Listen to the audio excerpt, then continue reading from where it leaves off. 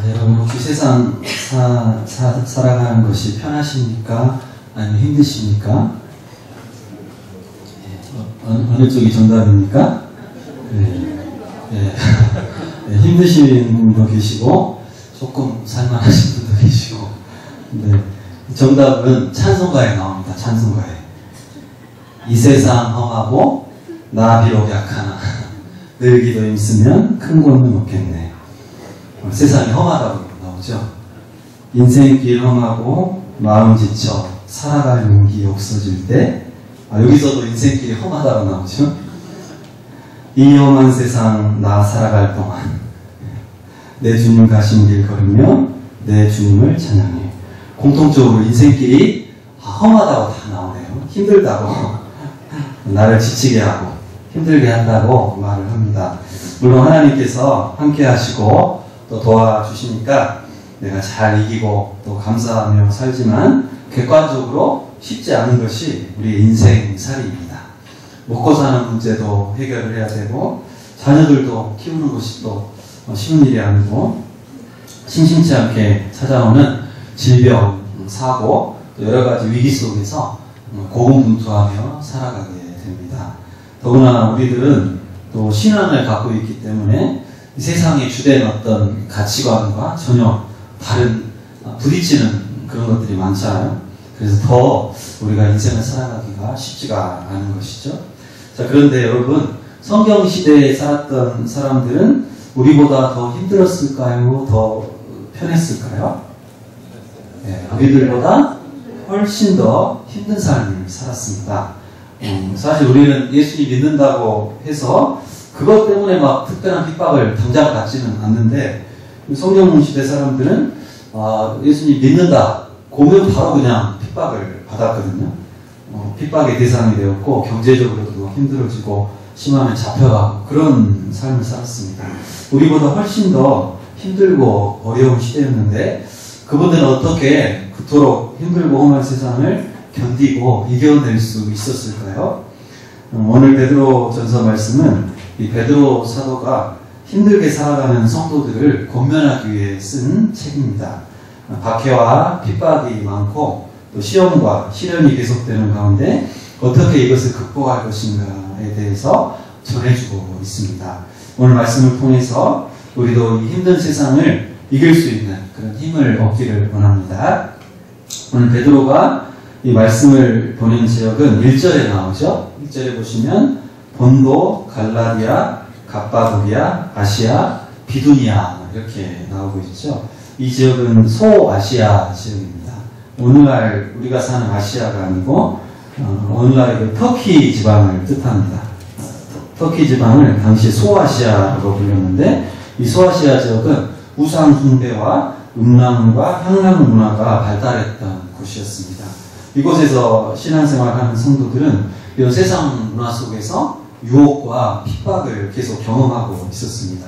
로마 제국의 핍박, 또 유대인들과 이방 종교인들의 핍박, 또 음란하고 악한 세상 문화의 유혹 속에서 힘들게 신앙생활을 하고 있었습니다. 이들에게 베드로가 무엇이라고 권면하고 있습니까? 첫 번째로 베드로는 이 성도들을 나그네라고 부르고 있습니다. 1절 말씀 같이 한번 읽어보겠습니다. 1절 시작. 예수 그리스도의 사도 베드로는 본도, 갈라디아, 갑바도기아, 아시아와 비두니아에 흩어진 나그네, 나그네라고 부르고 있죠. 성도들인데 성도들을 나그네라고 부릅니다. 나그네는 한 곳에 정착하지 않고 잠시 잠깐 머물다가 떠나는 사람입니다. 나그네는 곧 떠날 사람이기 때문에 그곳에 집을 사지도 않고 또 어떤 것에 깊이 마음을 두지 않습니다. 금방 떠날 건데, 항상 이런 마음이 있는 것이죠. 우리 성도들은 이 세상에서 영원히 사는 것이 아니라 잠시 잠깐 들렀다 가는 이 나그네와 같다는 것입니다. 이 시험과 시련을 이기는 삶의 첫 번째 태도는 바로 나그네 의식이라는 것이죠. 나그네는 절대 이 땅에 마음을 두지 않습니다.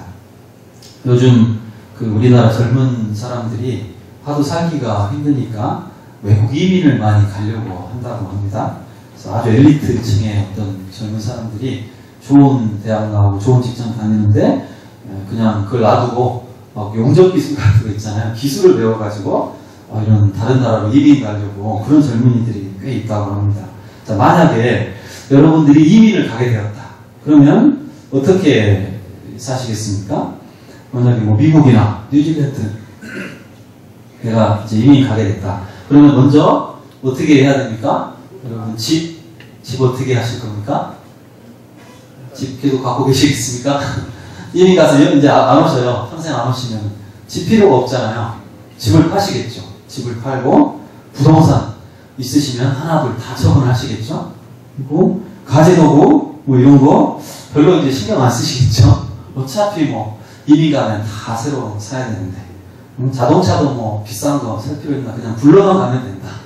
여기 있을 동안만 대충 타고 이민 가면 다 새로 다 새로 해야 되니까 대충 이렇게 살게 되는 것이죠. 한국에서의 삶에 별로 큰 의미를 두지 않게 되죠. 적당히 살다 가야 된다. 저기서 이제 새 삶을 살아야 된다. 마치 그런 것처럼 우리 성도들이 세상에서 살아야 된다는 것이죠. 우리는 이 세상에서 몇십 년 살고 나면 어디로 이민 갑니까? 네, 천국으로 하나님 나라로 다 이민 갈 사람이 되는 것이죠. 너무 이 땅의 것에 집착해서 살아서는 안 된다는 것이죠.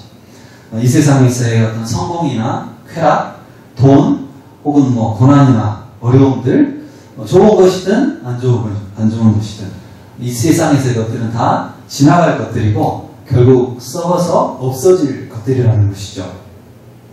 너무 그것에 빠지지 마시고 그리고 영원한 천국을 기대하시며 나그네 의식을 가지고 살아가시기를 바랍니다. 여러분 죄송합니다. 여러분 키에르 케고르라고 하는 철학자가 있는데 이분이 그 야생오리라고 하는 그 우화를 말씀을 하셨대요.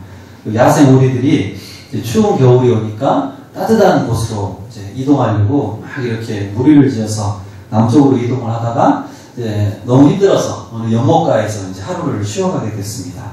근데 근처 농장에 이제 농부들이 예쁜 오리들이 있으니까 좀 먹을 걸 주자 이렇게 그냥 막 남는 거 이렇게 뿌려주고 던져주고 하니까 오리들이 막 좋아가지고 그 먹을 걸 이제 막 맛있게 먹었어요.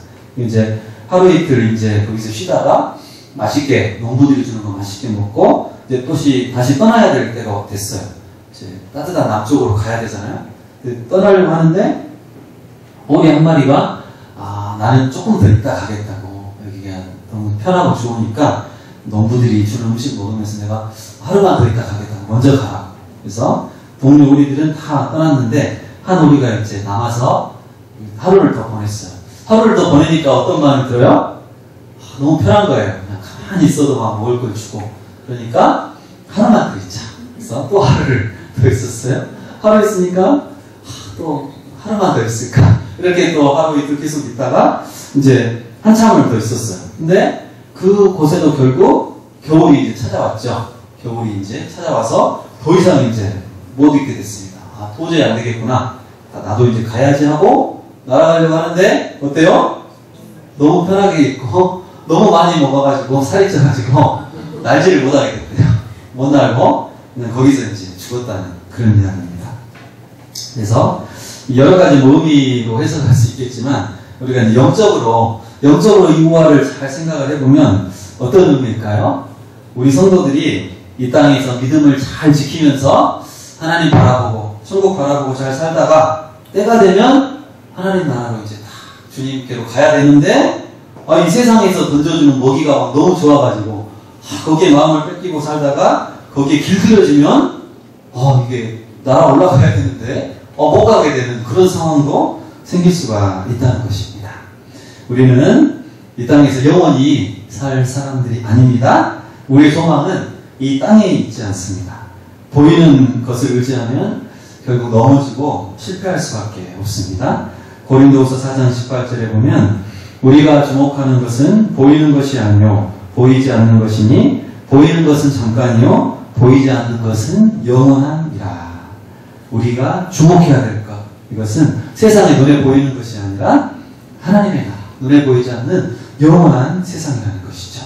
이 땅의 것에 집착하지 말고 나그네의 의식을 가지고 나는 떠날 사람이다. 하나님 나라로 다시 오실 주님을 기다리며 살아가실 때 그 주님께서 다시 오셔서 우리에게 큰 상급을 주실 것입니다. 우리 7절 말씀, 7절을 같이 한번 읽어보겠습니다. 시작.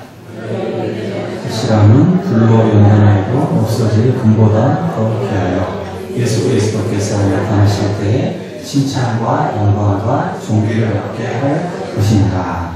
아멘. 예수님께서 다시 오셔서 칭찬과 영광과 존귀를 얻게 해주실 것이다. 이 땅에서 고난을 잘 견디고 세상 것에 마음 뺏기지 않고 그렇게 인내하면서 믿음 지킨 사람에게 놀라운 상급을 하나님께서 허락해 주신다는 것이죠. 여러분, 이 땅에서 받는 고난과 주님께 받을 상급 두 가지 중에 어떤 게 더 클까요?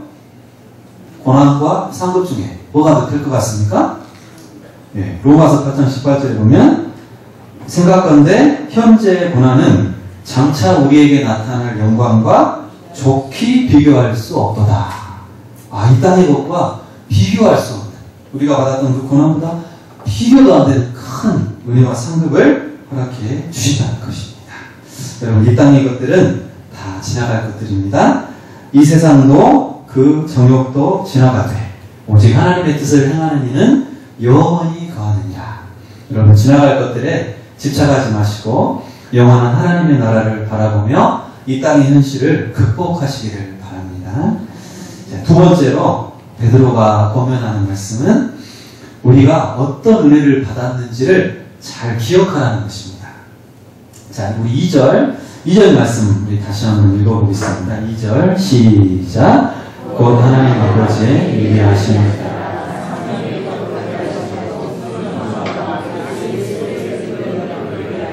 택하심을 받은 자들에게 편지하노니 은혜와 평강이 너희에게 더욱 많을지어다. 아멘. 우리는 어떤 존재들입니까? 하나님 아버지의 미리 아심을 따라 택함을 받았다. 그러시죠? 창세전에 세상을 만들기도 전에 하나님이 우리를 미리 아시고 너는 내 자녀다. 너는 내 아들이다. 내 딸이다. 하나님이 미리 선택해 주셨다는 것이죠. 그리고 성령님께서 우리를 또 거룩하게 해주셨다고 하시죠. 하나님의 영이신 성령께서 우리 마음 깊은 손소에 임재하시면서 우리와 교제하시고 깨닫게 하시고 인도해 주시는 그런 사람이라는 것입니다. 거기다 또 예수님께서 예수 그리스도의 피뿌림을 얻게 해주셨다. 예수님의 피를 우리에게 뿌려서 우리를 구원해 주셨다는 것이죠. 구약에서 그 짐승의 피를 뿌려서 그 죄를 속해 주듯이 영원하신 하나님이신 예수님께서 친히 자신의 피를 우리에게 뿌려서 우리를 정결케 해 주셨다는 것이죠.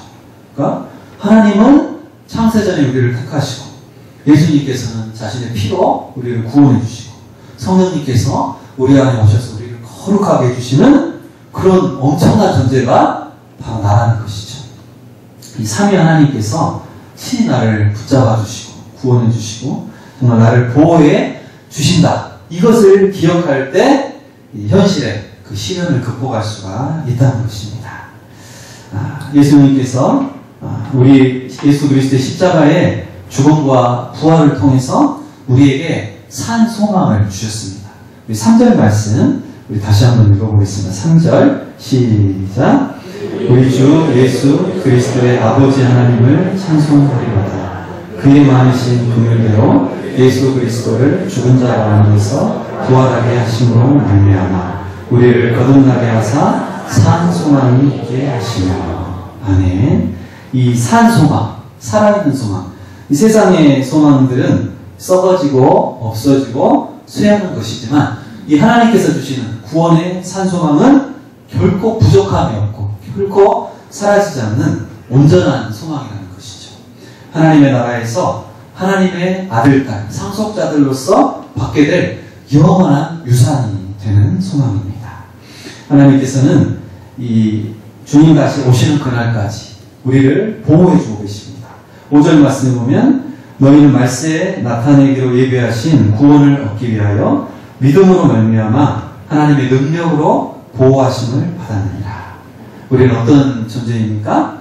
삼위일체 하나님께서 우리와 항상 함께해 주시고 전능하신 능력으로 우리를 계속 보호해 주시고 천국을 상속받을 그런 사람들이라는 것이죠.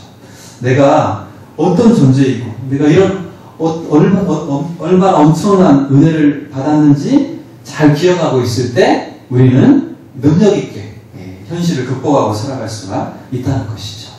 이러한 것들을 깨달으면 여러분 가만히 있을 수가 없죠. 찬송이 나올 수밖에 없습니다. 3절 말씀에 보면 우리 주 예수 그리스도의 아버지 하나님을 찬송하리로다. 그러니까 이 놀라운 은혜를 깨달으니까 베드로 사도가 가만히 있을 수 없는 거죠. 찬양할 수밖에 없다는 것이죠. 하나님께서 우리를 이렇게 귀한 존재로 대해주시는데 이렇게 엄청난 은혜를 받았는데 찬양이 안 나오면 이 말이 안 된다는 것이죠. 바울도 에베소서 1장 3절에 보면 찬송하리로다. 하나님 곧 우리 주 예수 그리스도의 아버지께서 그리스도 안에서 하늘에 속한 모든 신령한 복을 우리에게 주셨다. 그러니까 이 복을 깨달은 사람들은 그냥 있을 수 없는 거죠. 찬송하리로다. 찬양합니다. 이 은혜를 깨달은 사람들은 나도 모르게 찬송이 터져 나온다는 것입니다. 여러분 복음을 들었는데 이런 놀라운 삼위 하나님께서 이렇게 나를 사랑하시고 이런 놀라운 복을 주셨구나. 이렇게 내가 구원받았구나. 이런 복음을 들었는데 찬양이 안 나온다. 그러면 아직 복음을 모르는 것이죠. 듣긴 들었는데 아직 잘 모르는 것입니다. 정말 놀라운 찬양, 정말 말할 수 없는 감사가 터져 나오지 않으면 아직 하나님의 은혜를 정확하게 지금 모르고 있는 것이죠. 이런 은혜를 깨달은 사람들은 나도 모르게 주님을 향한 찬양이 터져 나오는 것입니다. 우리는 주로 어떤 일로 하나님을 찬양합니까? 여러분, 어떤 일이 있을 때 막 감사하고 막 찬양이 터져 나오십니까? 돈을 많이 벌었을 때, 직장에서 승진했을 때, 자녀들이 막 잘 될 때, 집값이 막 이렇게 올랐을 때, 물론 이런 일도 우리가 당연히 감사하고 하나님 앞에 또 찬양하죠. 근데 요 정도만 감사하면, 요 정도 일만 가지고 감사하는 정도로는 이 험한 세상을 우리가 이길 수가 없는 것이죠. 이기기가 상당히 어렵습니다. 그 정도는 안 믿는 사람들도 뭐 다 하는 거니까요. 정말 우리의 감사의 제목, 정말 우리의 찬양의 제목은 바로 하나님께서 주시는 신령한 은혜들. 이 은혜들 때문에 내가 막 찬양이 터져 나올 때 정말 이 험한 세상을 극복할 수 있는 그 능력이 있다는 것이죠. 베드로는 무엇으로 하나님을 찬양하고 있습니까? 하나님의 긍휼하심, 예수 그리스도의 죽으심과 부활, 우리가 거듭나는 것, 산소망, 이 썩지 않고 더럽지 않고 쇠하지 않는 하늘의 기업, 이런 것들로 인해서 정말 하나님 앞에 감격하고 찬송하고 있다는 것이죠. 여러분, 이 땅에서의 어떤 축복보다 하늘의 신령한 은혜를 더 감사하고 기뻐하고 찬양할 때 이 땅의 그 시련들을 우리가 넉넉하게 이겨낼 수가 있는 것이죠. 자, 6절 말씀을 한번 읽어보겠습니다. 6절 시작. 그러므로 너희가 이제 여러 가지 시험으로 말미암아 잠깐 근심하게 되지 않을 수 없으나 오히려 크게 기뻐하느니라. 8절도 읽어보겠습니다. 시작. 예수를 너희가 보지 못하였으나 사랑하느니라. 이제도 보지 못하나 믿고 말할 수 없는 영광스러운 즐거움으로 기뻐하느니라. 아멘. 오히려 너희들이 지금 크게 기뻐한다. 영광스러운 즐거움으로 기뻐한다. 이 사람들 엄청 힘든 상황에 지금 살아가고 있거든요. 근데 하나님께서 주신 놀라운 은혜들을 깨달으니까 영광스러운 즐거움으로 기뻐할 수가 있다는 것입니다. 초대교회 성도들은 이런 기쁨의 능력으로, 이 찬송의 능력으로 극심한 핍박을 이겨내고 신앙의 승리를 거둘 수 있었습니다. 우리도 정말 하나님 앞에 이런 놀라운 은혜들을 항상 기억할 때, 잊어버리지 않고 잘 기억할 때 찬양과 감사가 나오고 그 기쁨의 능력으로 우리가 승리할 수가 있는 것입니다. 초대교회 성도들은 이 극심한 고난과 핍박 속에서도 그것 때문에 낙심하지 않고 오히려 감사와 기쁨으로 그것들을 이겨냈습니다. 그들은 이 땅에서 처한 현실과 환경에 지배되지 않고 놀라운 은혜를 주신 삼위 하나님과 동행하며 다시 오실 주님과 영원한 천국에 대한 산 소망을 가지고 승리하였습니다. 우리에게도 이러한 산 소망이 있습니다.